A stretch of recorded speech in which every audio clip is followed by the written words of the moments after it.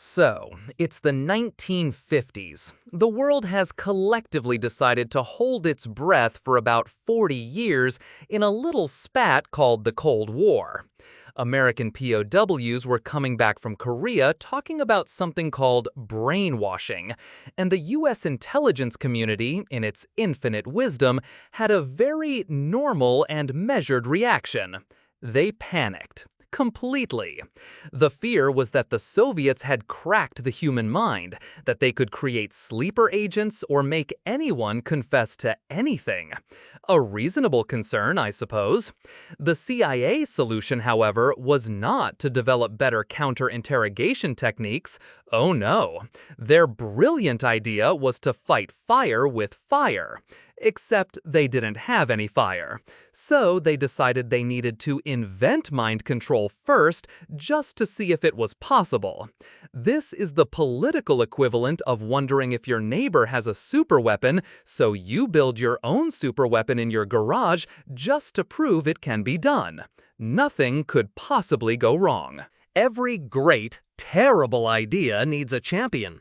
For MKUltra, that man was Sidney Gottlieb. Sid wasn't your typical spy. He was a chemist with a PhD from Caltech who also had a clubfoot and a stutter. He lived on a farm, raised goats, and practiced folk dancing. Sounds wholesome, doesn't it? Well, his day job at the CIA was running the Technical Services Division, which was a nice way of saying Q branch but evil. They called him the Black Sorcerer. His personal obsession was finding a truth serum, a chemical that could unlock the human mind and bend it to his will. He was given a blank check and almost zero oversight to pursue this. The project was codenamed MKUltra, with the MK designating projects from his division.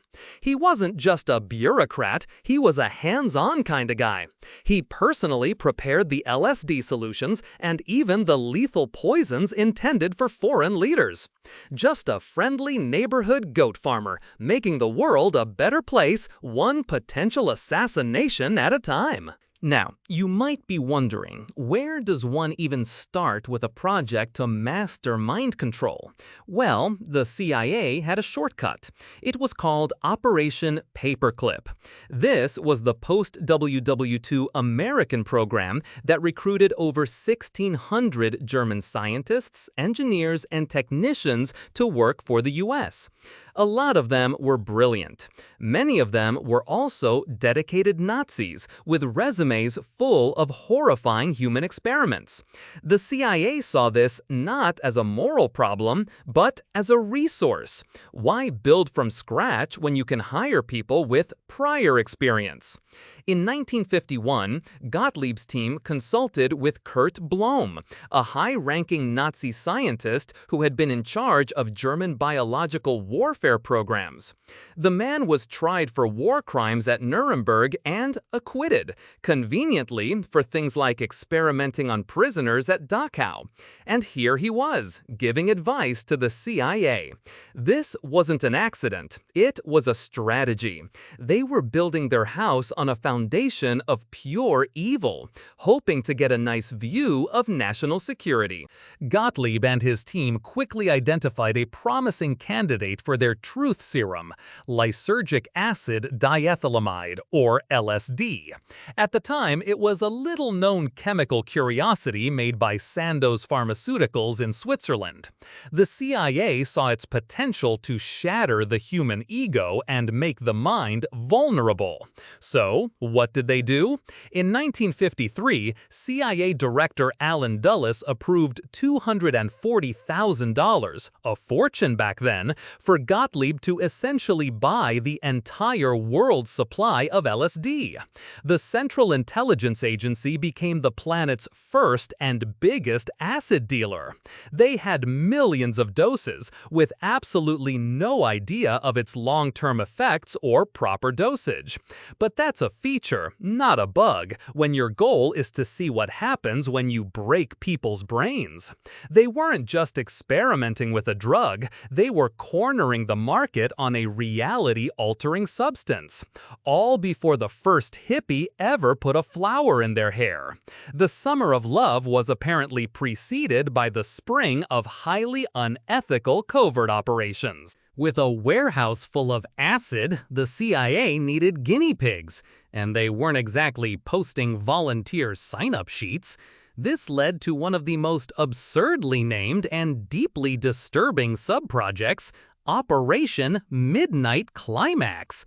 The CIA set up safe houses in San Francisco and New York. They decorated them to look like brothels, hired prostitutes, and installed two-way mirrors.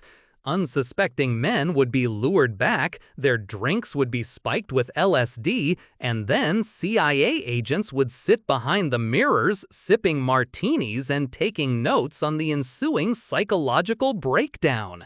The man running this whole theatrical production was a narcotics agent named George Hunter White, who seemed to enjoy his work a little too much. His notes are filled with a kind of detached, morbid curiosity. This wasn't a controlled scientific experiment. It was a voyeuristic free-for-all disguised as intelligence gathering. They were trying to see if they could use sex, drugs, and blackmail to control people. It's the kind of plan a Bond villain would come up with, but with more paperwork. And of course, it was all paid for by the American taxpayer. You're welcome. The fun didn't stop with random men in brothels. The CIA's definition of potential subject was basically anyone who breathed. They dosed their own agents without their knowledge just to see what would happen. One such victim was Frank Olson, an army biochemist working with the CIA. In 1953, Gottlieb spiked his Cointreau at a work retreat. 9 days later, Olson, suffering from severe paranoia and psychosis, plunged to his death from a 13th-floor hotel window in New York. The CIA called it a suicide and covered it up for 20 years. But the experiments went far beyond their own ranks. They targeted mental patients, prisoners, and drug addicts, people on the margins of society, people who wouldn't be missed. At the Allen Memorial Institute in Montreal, a CIA-funded psychiatrist named Dr. Ewan Cameron subjected patients to massive doses of electroshock therapy and drug-induced comas for weeks on end, trying to erase their personalities and build new ones. They called it depatterning. A more accurate term would be torture. LSD was the star player, but MKUltra was a whole team of terrible ideas. Before it was even called MKUltra, elements of the program were running under names like Project Artichoke. The name supposedly came from the idea that they wanted to peel back the layers of the mind like an artichoke to get to the core. A very poetic way to describe psychological destruction. Here, the focus expanded. They tested hypnosis, running experiments to see if they could create hypnotically controlled assassins. Spoiler, it only works in movies. They explored sensory deprivation, extreme temperatures, and all manner of psychological abuse. The goal was always the same: find a way to break a person's identity. This research culminated in the creation of the Kubark Counterintelligence Interrogation Manual in 1963. It's a real, declassified document that reads like a step-by-step guide to destroying a human being psychologically, recommending things like isolation and sensory monopolization. It's a sanitized, bureaucratic instruction manual for breaking minds. It doesn't recommend physical torture outright, just everything that leads up to it. At some point, the project seems to have lost its already tenuous connection to reality and just became a Cold War suggestion box for weird ways to annoy America's enemies. High on that list was Fidel Castro. The CIA became obsessed with him. They didn't just want to assassinate him, they wanted to humiliate him.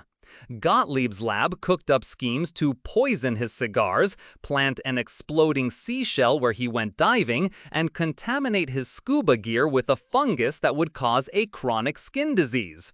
My personal favorite was the plan to dust his broadcasting studio with a chemical similar to LSD to make him seem crazy on air, or to use thallium salts, a depilatory, on his boots so his famous beard would fall out. Because nothing topples a communist regime like a beardless leader. They also had Sub-Project 94, which was a serious attempt to find and weaponize psychics. They spent money trying to see if people could move things with their minds. This is what happens when a spy agency with unlimited, unaudited funds gets bored. It starts looking less like national security and more like a poorly written Austin Powers movie. All good, horrifying things must come to an end. By the early 1970s, with the Vietnam War and Watergate eroding public trust, the CIA got nervous. In 1973, then-director Richard Helms, who had been deeply involved in the program, gave a simple order: destroy all records related to MKUltra. And they did. Crate after crate of documents detailing 20 years of illegal human experimentation were shredded and burned. The program was effectively erased from history. Almost. In an act of what can only be described as cosmically beautiful incompetence, someone had misfiled a box of financial records.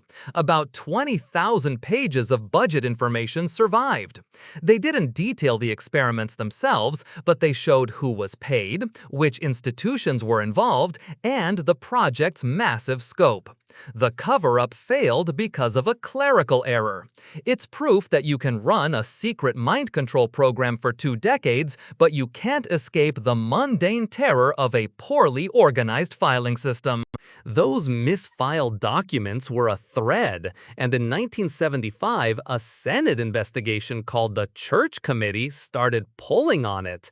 Led by Senator Frank Church, this committee was tasked with investigating abuses by the intelligence agencies, and oh boy, did they find some. When the existence of MKUltra was revealed through those financial records and witness testimony, the public was stunned.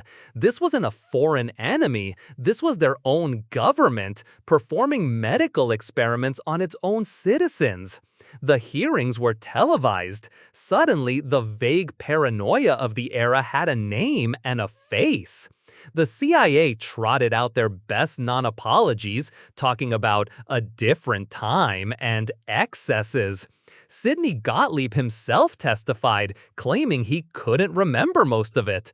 And in the end, no one went to prison. Not Helms, not Gottlieb, nobody. Gottlieb got to retire to his goat farm, living a peaceful life until his death in 1999. It's a classic story of government accountability, a huge investigation, public outrage, and then nothing. So why does any of this matter now? Because MKUltra didn't just end. It metastasized. It created a deep, permanent scar on the public's trust in government. When people talk about conspiracy theories, about the government secretly controlling them or experimenting on them, they're not just making it up out of thin air. They're drawing from a well of truth that was poisoned by projects like this. The government actually did it. The documents are there. Consider Ted Kaczynski, the Unabomber. As a brilliant young student at Harvard in the late 50s, he participated in a psychological study run by Henry Murray that some have argued was connected to MKUltra. This study involved brutal, personalized psychological attacks. Kaczynski's lawyers claimed it was the event that broke him.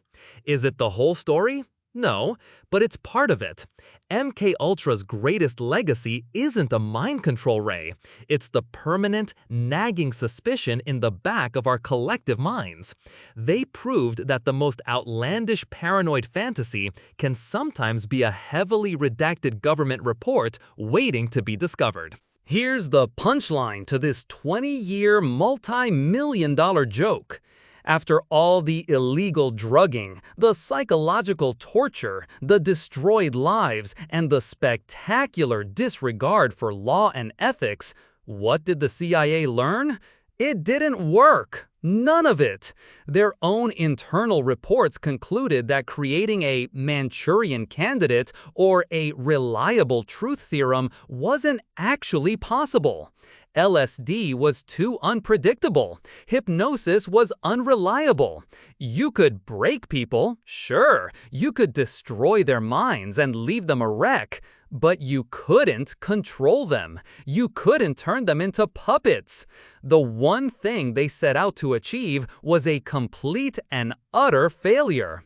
All that darkness, all that suffering was for absolutely nothing. It was a monumental waste of money and morality. It's the perfect government project when you think about it. Wildly over budget, ethically bankrupt, and it failed to produce a single one of its intended results. A stunning success! If you enjoyed this video, please like, comment, and subscribe to our channel for more historical insights. Thanks for watching, nerds!